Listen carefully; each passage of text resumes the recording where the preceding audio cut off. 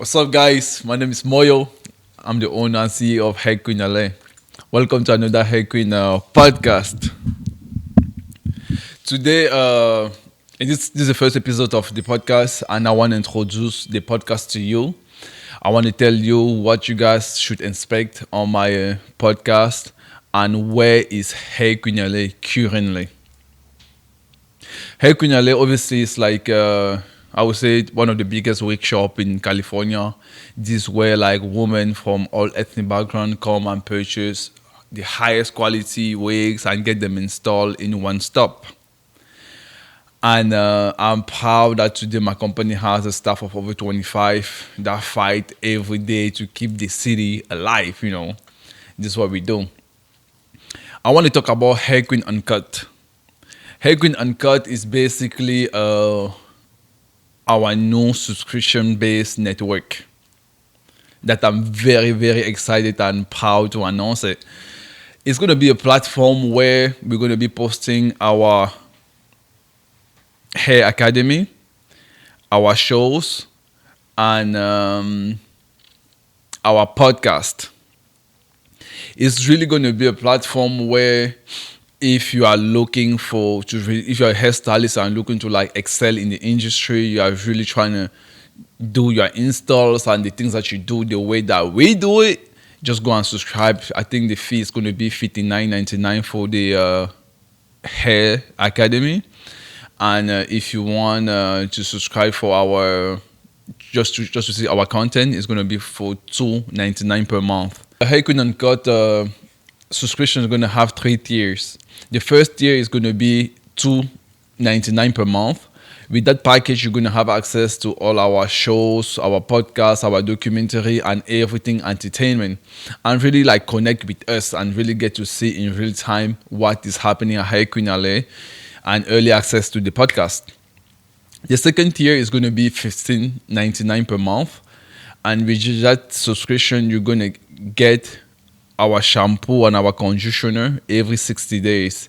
And that's going to be a good way for you to next to getting amazing quality shampoo and conditioner, also have access to all our content. And that's also a great way for you to support us. The last tier is going to be $59.99, which is going to be for our hair academy. On top of getting the content that we're going to be publishing, you're also going to get access to all our classes, from wig install, ponytail, microling, all our classes are going to be posted up there on the monthly basis to make sure that you continue learning and bettering your craft. I'm very, very excited for HAIRQUEEN Uncut. Why? Because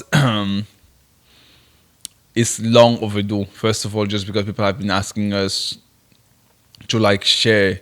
Because the key to growing is sharing and really showing people the way to go if they want to excel in their career and have a better future for themselves. HAIRQUEEN LA, obviously, I started the company in 2013 with $500 me selling hair out of my car, and I was lucky enough to really meet some incredible people in Los Angeles that really embraced my vision, supported my vision, and today I'm proud to be the number one. And what I want to do now is move to HAIRQUEEN LA 2.0, which is more about sharing and broadcasting the inside of what we do here at HAIRQUEEN LA with you guys, which I'm super excited about.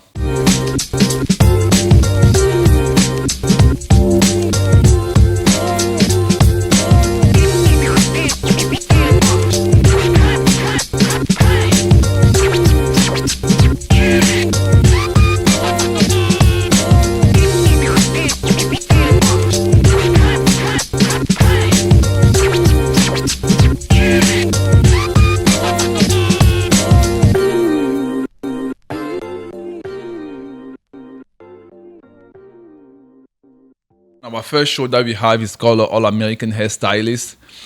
And it's a competition show where, stylists from all across the country come to LA. They compete to get a spot. at HAIRQUEEN LA. For two stylists that are going to be joining the team, two stylists are going to get fired. And that's what the show is about. That we have Ergente, we have Amber Rose, we had Kima, we have a lot of like big shot that came in to like support the movement and help me decide who needs the opportunity and who needs to exit. So I'm very excited for I'm very excited for that for the show for the first season, All American Hairstylist. The second thing that you should expect on the network would be the podcast. Obviously, HAIRQUEEN LA is the place where like all the big heads come and they get their hair, they get their install, and basically after doing that, I'm going to share with them. I'm going to lay back, kick it with them, and we're going to talk about what's going on in their life. And I'm always going to try to bring you guys value. Like, they will tell you the things that they've done that made a difference in their career, that helped them get to where they are. We have a podcast with Ergente, which I'm very excited about. You know, Ergente is obviously the biggest the biggest hairstylist in the country. He's a good hairstylist, and his podcast is full of like game, full of game, full of game. And this is someone that did it successfully. And you guys should for sure go and check that out. And I'm sure you guys are gonna love it. We have podcast with all of your favorite influencers are going to be on the podcast. So let me not even start dropping names down. We're going to have most people that have come to HAIRQUEEN LA are going to sit with me to like make amazing content for you. Lastly, on the network, you're going to have the academy. On the academy, obviously, we have courses from Ergente. If you want to be able to lay awake like Ergente, make sure you go and subscribe. Ergente obviously is one of the biggest hairstylists in the country, and one thing that I admire from him is the fact that the guy is actually talented. It's not just talk, because it's easy to be on social media and making noise, but when you see the guy working, he's able to just like he worked as if he was just starting. Like, he's actually very passionate about his craft. And I feel like me sharing that with you is going to be something that a lot of you guys are going to is going to resonate with you guys, just because I'm sure you guys are passionate about the things that you guys do. And he was super open about like sharing like the technique that he uses and the things that have made a difference in his career. So I'm very excited for that. You guys need to make sure you guys go and check that out. We have courses from all my staff, from Tristan to Pinky to Blaze to Shika, from micro-link, wig install, tapings. We have all of those courses online, and we're going to continue uploading new courses to keep you guys educated and keep you guys up to date with the latest trend when it comes to the hair industry. And all of those are going to be on HAIRQUEEN Uncut, which I'm super, super proud about. One thing about HAIRQUEEN LA is the fact that it's not a one-man show. It's not a one-man show. We have a very solid team that work every day very hard to keep the movement going. As I said, if you want to go fast in an industry, go solo, get a vision, and just you could make 100,000, 200,000, maybe 500,000 by going solo and hustling in the hair industry. But obviously, if you want to like be a millionaire, purchase houses, and like live like a good life, you need to build a team. You need to build a team that believe in your vision, that fight every day to, you know, keep the movement moving forward. And it's not about like being.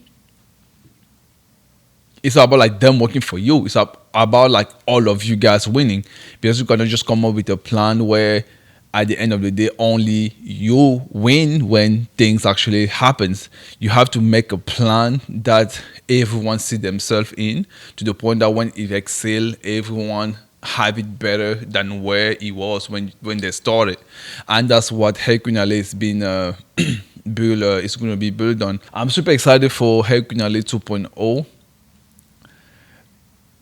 because this is obviously just going to open the door of the company to you guys. You guys are going to see in real time what is happening in HAIRQUEEN LA. And this is where all the big heads go to get their hair done. So sharing that with you is going to be a pleasure of ours to do it. Okay, guys, before we continue, I'm going to take a few questions from Reggie, my producer, so we could get you guys in tune with what to expect. All right, Moyo. So I've got some questions for you. One of the questions being, looking back on your journey of Hair Queen so far, some key lessons or insights that you've learned along the way, and how you now. The key lesson that I learned from HAIRQUEEN is being when you're in charge over 25 is because to succeed, we have to work with only the best hairstylists. That's the key of our success. And stylists, big ego, you have to be able to like channel the energy of the hairstylist to a future that they could see, they could feel, so they could 100% fight for. That's the key lesson. That's in the beginning it was more like, okay, cool.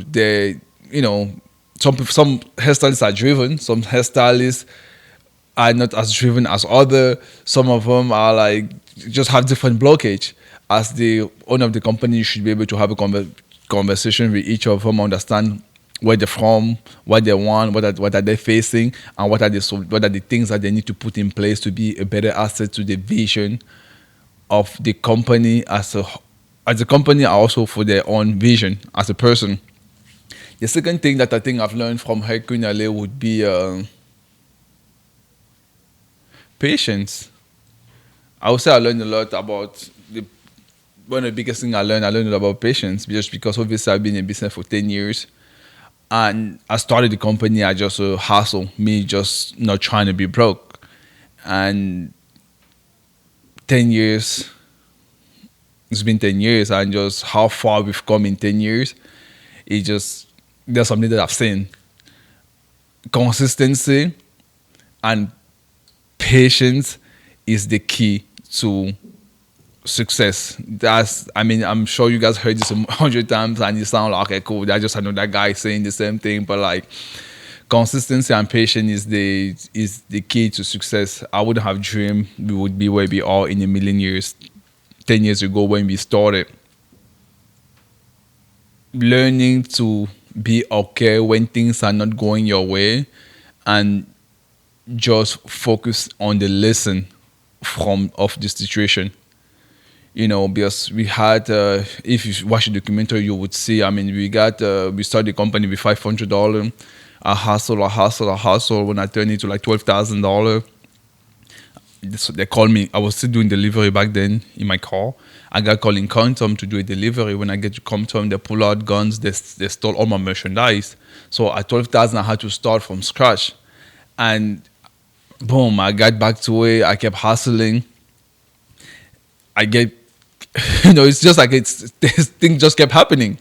And for me being robbed, I learned my lesson. Now you have to be safe. You cannot just go deliver with all your merchandise. That just was the basic lesson, but that's how I learned that lesson. Just time and patience teach you that, because you get one, you get bad deals, and then with the next influencer, you might try something different and see the return and just see what works and what doesn't, and eventually move forward and just do the right thing.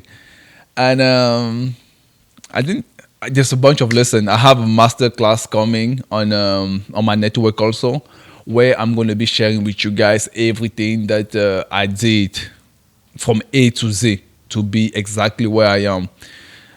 The vendor list, the folks that I'm buying the hair from.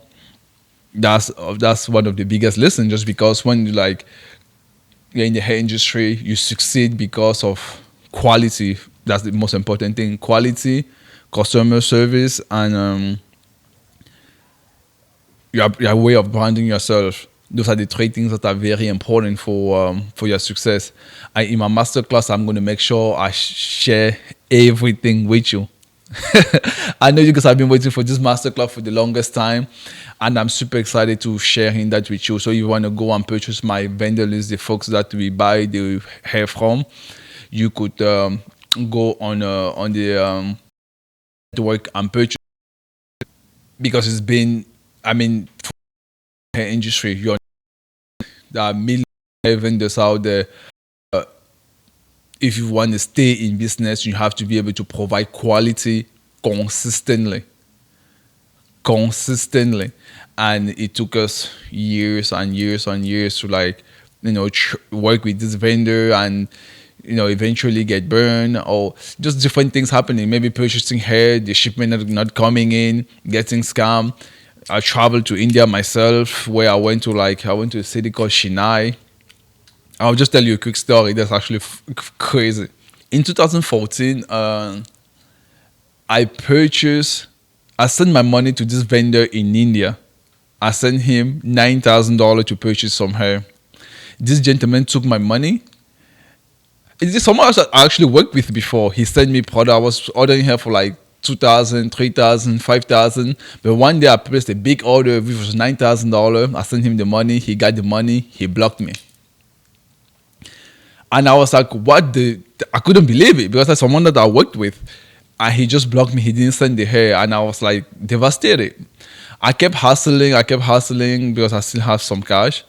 And in 2016, when I decided to go to India, that wasn't so much for him. That was for my own purpose because I had like about $60,000, and I was going to India to make a big purchase. I wanted to go and meet this factory that I was working with at the time. When I got to India, I made the purchase. I got my merchandise. I shipped it to the state. And before leaving, I was like, man, I thought of the guy that actually scammed me when I was a few years prior. And I was like, I still had his number, although he blocked me. I gave his number to my friend, but I have a Cameroonian friend that stayed in India. And my Cameroonian friend used his number to call him. I'm like, hey, I'm a foreigner. I'm here in Chennai, and I'm trying to buy some Indian hair. He was so excited. Oh, you're a foreigner. You are here. Do you want to buy some hair? My friend was like, oh yeah. Where are you? We leave tomorrow. We need to meet you tonight because I had to leave that night. He sent us the address, and we called one of the local police there. We told him the situation, and we went to the address with him. When we got there, my friend, he kind of had to kind of meet my friend at this local place, and then I told my friend, when he meets you there, just like get him to take you to his house, but he could just run if you just meet him in the street. And then my friend, as he met my friend, I was just like a little bit. I wasn't that far. I was a little bit close with the cop, and then he took my friend to his house, and we were following them. He couldn't see us. When they get to their house, as he was showing her, I just showed up. I was like, hey, what's up? You thought you got me, huh? He looked at me, and I could see, but my face is on WhatsApp. So when you talked, he remembered my face, but I could see him like processing, like, this cannot be what I think it is. But he was showing the head to my homie, like he thought he was about to make a deal. Then I was like, oh, I thought you got me, huh? He looked at me, he was like, processing. Then I'm like, yeah, that guy from the state that you took my money and you blocked me. And then he was like, oh no, I lost your number. And the cop was like, hell no, like you are the one that give a bad reputation to the country. And the cop just put him in handcuff, and they took him to the police station over there. And I was like, hey bro, I'm leaving today. If you don't give my money like right now, like, do you need to give me the money right now? Then he called like his brother. His brother went and just did some stuff, and they gave me the money. Boom. And they gave me back my money, $9,000. That's a fucking crazy ass story. That 100% happened. It's crazy that I get to share this on this podcast, but like it happened, and I was just like, wow. And I felt so good though, just because like I was like, this motherfucker got me. And I really believe that the money was gone, and me going back there and being able to like get my money back was a hell of a story. And I actually have footage of it in my phone because like as we were doing it, I was recording it. That's a crazy story. Again, coming back to the story, it's just like patience. Patience is one of the key things. There's a lot of things that happen from that story. Just like trust, I mean, in business, you have to trust, especially when you deal with a certain vendor. Just be perseverant, just learn from the mistake and keep pushing forward. That was a long answer. It was a long answer. It was a long answer, but it was a good one. Yeah, definitely a good one. There's nothing I can really say about that one. But so to transition, you talked about vision a little bit in your answer. So how would you describe the overall vision and mission behind Hair Queen Uncut? The mission of HAIRQUEEN and Code is to really put eyes on the hair industry. HAIRQUEEN LA has a team of 20. We have a team of 25, about 17 hairstylists that come from all across the country to be able to work here, and all of them are dreamers. All of them have a story that I believe needs to be told, and obviously when you look at TV, it's like, you see a lot of things about, like, you see these influencers changing their looks every single day. And I think it will be very interesting to see what goes on behind the scene. Who are the people that work very hard to make that kind of transformation happen? This kind of work take a lot on yourself. You take a toll on yourself when you are very committed on really making sure that you do good quality work. And let's say you just do like 3 to 4 installs per day. That's 12 hours that you're spending daily just like working on people. Most of the time, some of the hairstylists don't, they take care of other people, not so much of themselves. And I feel like their story needs to be told, and kind of putting light on them is my purpose. And also inspiring, because we're now in a society where, we want to put light on something positive. People that are fighting for the right thing, and if since we are doing it with class, let's shine, let's really inspire other people to know that you could make something out of nothing. So actually, time think makes Hair Queen and Hair Queen Uncut stand out above the rest?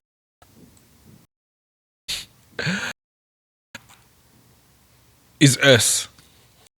It's my folks. I'm the one in control. They're not like us. They are not us. Their story is not like my story. The way they run, not the way I run my story. So HAIRQUEEN LA is different in that sense. Content that we're gonna is gonna be raw, be authentic, be unfiltered. That we're gonna be different doing it that way. Lastly, our academy. For us to stay being the biggest workshop or the biggest salon in Los Angeles has a lot to do with the quality of our work. And the academy is going to show just that.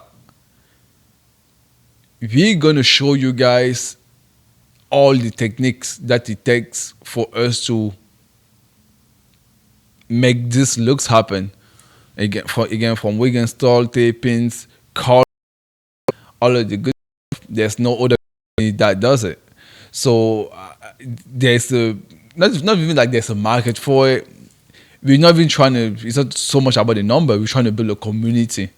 And if we want to build a community of people, of dreamers that want to do better for themselves and that want to be inspired while being entertained, that's what sets us apart.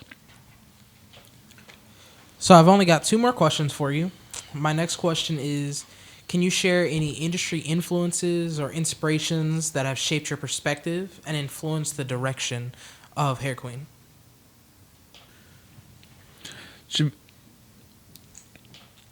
I have to be honest. When I first started selling hair, obviously it was for money. I've been clear with that. And hair is not so much. I never dreamed that I was going to grow up to be like in the hair business. Me, when I was younger, I wanted to be a soccer player. And obviously, I wanted to be like Samuel Eto'o, Gigi Drogba, which are the biggest soccer player of in Africa. I got in the country at the age of 18, couldn't speak the language, didn't have any money in my pocket, and I was just like, I didn't know what to do. And my ex girlfriend at the time was spending so much money on her, and I was just like, hey, this business is like, like there's a lot of money you're spending on this thing. I'm talking about like $300 every month. I was like, okay, let me figure out. Let's do my homework and build it. And I sold my computer for $500. I purchased 10 bundles of hair. It came. I made flyers. I started hustling all around campus, and I met great people that helped me promote. And you know, people start like knowing me as the guy that just sells hair, and I just embrace it. I wasn't ashamed of it, just because obviously in this industry, when you there's a lot of stereotype. Or if you sell hair, you must be like gay, or you must be. There's a lot of things that come into it, especially for young men at the age of 18. But when your back is on the wall and you're about to be homeless, and you are like, you really like, you're confident about who you are, it's like, I'm selling hair. I'm selling hair. Like, if you interpret it how you want.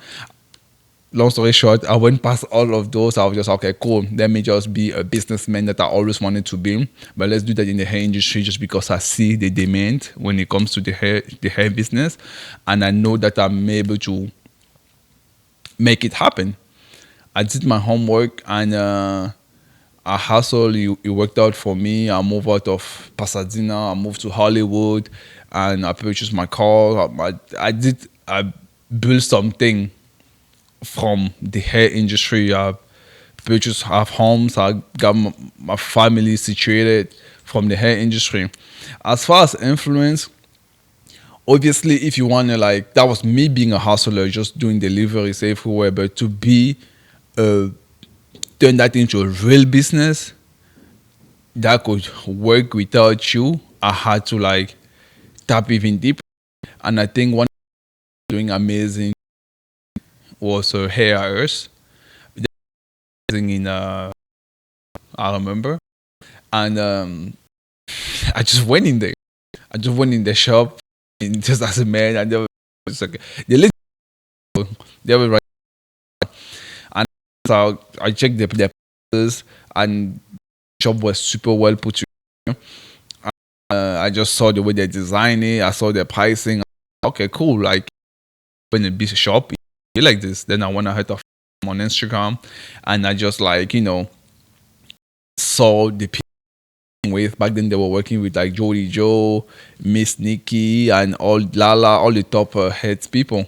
But back then they were mostly focusing on bundles. But me, when I got in the game, I felt that the wave was changing into wigs, and I embraced it. And I was, next to doing bundles, I was also doing wigs. And those are the folks that I would say I learned a lot from, and I want to give them credit. I think one of the girls' name is Ashley. I never got to meet her, but I learned from them. Even from the beginning, there was just a lot of hair company online, like that were just. One thing that I haven't said in the beginning, let me tell you a quick story. This might get us a little bit but let me tell you a quick story. I was about to be homeless. I didn't have no money. So I was really like, I just had to make it work. On social media, I would just go, I would take photos of my product, and I would post it on my Instagram, which was, back then, I don't even know. I think it was called like Hair LA Queen or something. It wasn't Hair Queen LA back then. Since taking picture of the hair and post on Instagram wasn't doing that well, I just started like stealing pictures. We just go online. I would type hair extension.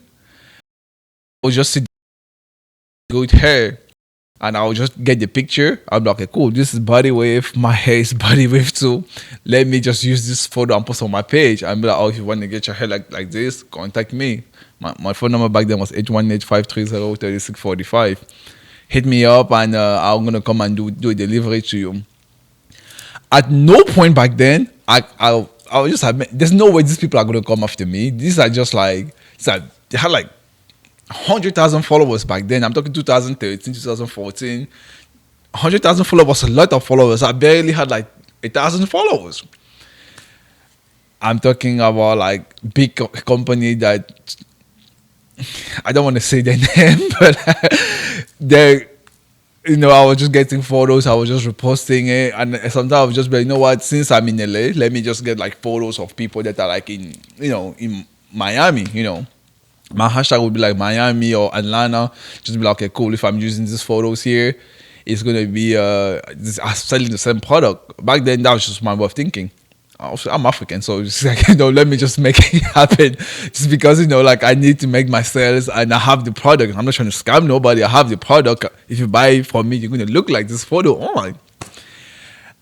And it started getting busier and busier, bro. Like people start like calling me everywhere. Like, oh, you have like 10 to like 13 to 14 hours per day.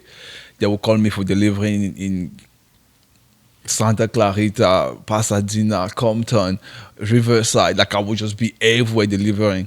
Like at some point, for my car, I was making like $6,000-7,000 per day. I'm talking like every single day. All I was doing back there was just like smoking, getting on the delivery. My page, I just kept getting like bigger and bigger. Eventually, I hit like 10,000 followers, bro. Some of the girls are like calling me out online. They're like, oh, there's this page in LA. He's like, they thought I was a female because I never posted like myself on the page. And they start like blasting me online and be like, hey, this guy is like stealing photos. And no, this girl, they thought I was a girl, is stealing the thing. Just go and block the page, sending their followers. You just go and trash my page. That's when I stopped and they all blocked me. Into this day, they have me blocked. That was like 8 years ago. And just because I didn't know that that it was really going to work out, to be honest with you, but it was just me like, okay, let me just use the photo to just be able to like sell my product. And they just like, obviously that was their photo and they just really saw me. I was really like growing. Not all of my photos were just from them, but some of were just like the product of my product itself. But again, if I wanted to get like a model with the product which had like better engagement, I was just like, just using, I wasn't even getting it from Instagram. That's the funny part. I would get them from Google. And then it would belong to them. I guess they will find me on Instagram with the post and they would like blast me like that. But like, they blocked me into this day. And I really hope that they could reach out they could first of all unblock me. That's the first thing. But HAIRQUEEN is being blocked by those companies. And I just want to be able to make peace with them. Just be like, hey, look, it was really, I wasn't even thinking that far, really. It was just like me just taking picture from Google. Google is always, back then, at least to me, it was just kind of like, it's a place where you could just get a bunch of things, post on your Instagram, that's it. But my company got super big and I hit 10,000 followers and I'm talking about some of the biggest companies right now in the business that you would see HAIRQUEEN LA. People have been saying my company is bigger than theirs now. And that's just like a little story from that. But again, I got inspired by them. And yeah. You got a lot of crazy stories, in my opinion. People are going to be really excited to see this podcast and continue to go in depth with stories of your journey, your guests as well. So my last question is, in 5 to 10 years, where do you see HAIRQUEEN as well as HAIRQUEEN Uncut? You've been in business about 10 years now. So in that equal amount of time, you see HAIRQUEEN in I'm years old now. I'm a father. Her name is Mila. She's half. She's going to be 3 in August.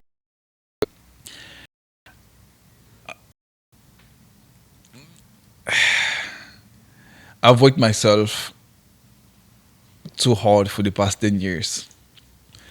The next 10 years, I still want to work, but I don't want to. I want to work more. I want to, as I started being more like purpose driven, when I was younger, my first dream when it comes to like money, I remember me being a boy being super young and praying God and be like, hey God, one day give me a hustle where I could make like $300 per month. In Africa, $300 is 150,000 francs CFA. That's a lot of money back home. So back home, I remember my first prayer that I could clearly remember was me praying God to eventually get me a job where I'm able to make that much money, 300 francs CFA. No, $300, which is 150 francs CFA. Because at that age, the goal was just for me to get this donut that I love so much back then. And my God, I mean, if I get this much money, how many of these donuts I'm gonna be getting? That's vividly exactly what I was thinking back then. But today, obviously, I mean, I have more than $300. So it's like for the next 10 years, the things that I want to do needs to be more fulfilling because again, when it comes to this money chase situation, you get burnt out. You get burnt out. You could get a lot of money and you could still be very miserable, which is something that I have experienced. Let me not even front out acting like I'm still like I'm flawless. I'm not. I put a lot on the table, and I've put a lot on the table, and I know how like running things and making things, fighting for keeping everything going could have a toll on you. You could take little things very personal, and you could end up miserable. So for the next 10 years, I don't want that anymore. I want the things that I do to be at a pace that is just like that I'm comfortable with, which is not so much focused on like getting more and more money. It's just focused on be like, okay, cool, we have this show, we put it out, they love it. Let's continue and making it better. And let's put more stylists in position to like in better position. The more stylists that come in, we build, we showcase their personality, we showcase their work, and they move back maybe to their city and become a bigger hairstylist. The more of those happening, the better. At least for my vision and for my first self esteem, for my vision. And I just want to be able to control that. And for HAIRQUEEN LA, I wanted to. I mean, obviously, there's the question is now: should we franchise it? Should we? That question I still haven't put a good grip on what I want to do. Obviously, we have people who are calling from everywhere, even internationally, trying to franchise the company, and I want to focus on HAIRQUEEN and Cut for now. And maybe next year I'm going to decide if the idea of franchising HAIRQUEEN LA is the way I want to go. Obviously, I opened HAIRQUEEN Las Vegas in 2020, and 3 months after opening, COVID hit, and I had to close HAIRQUEEN Las Vegas, and I lost a lot of money there. And with the 3 months of being in business in Las Vegas, that was hard. The hair business is a lot about like customer service. It's about like, it's also my business has always been about like people coming in, meeting me, and me communicating to them seeing my vision, and supporting my vision. When I opened in Vegas, obviously I couldn't be in Vegas and I couldn't be in time, so it was all because it was picking up in Las Vegas, but about customer service, good people that you trust that could really take care of the way that your business, and when you are on do what they do affect your reputation. Like, now when you last guys or last hair, I got the bad, I got treated bad, but Moyo wasn't there. No, your name, that's you. And am I ready? I mean, the folks here at HAIRQUEEN LA are great, amazing. The idea of like having someone else out of state running a business with my name on it, that kind of like frightens me. And the idea of like franchising and all of that might come down the road, but for now, I'm just focusing on online. I mean, my online sales are like going crazy right now. So the idea of like expanding and opening another shop in a different state, I don't know. Never say never, but right now I will check back on that next year. And what else for the next 10 years? Just me, just talking to you guys a little bit more, really building a community online, really, you know, being a good father to my daughter, spending time with her, and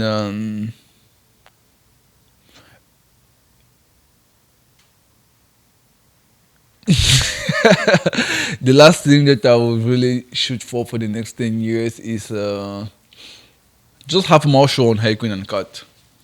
Like not being pressured to do it, but like consistently adding more quality show to the network to keep our followers and our supporters entertained and driven. That's my vision.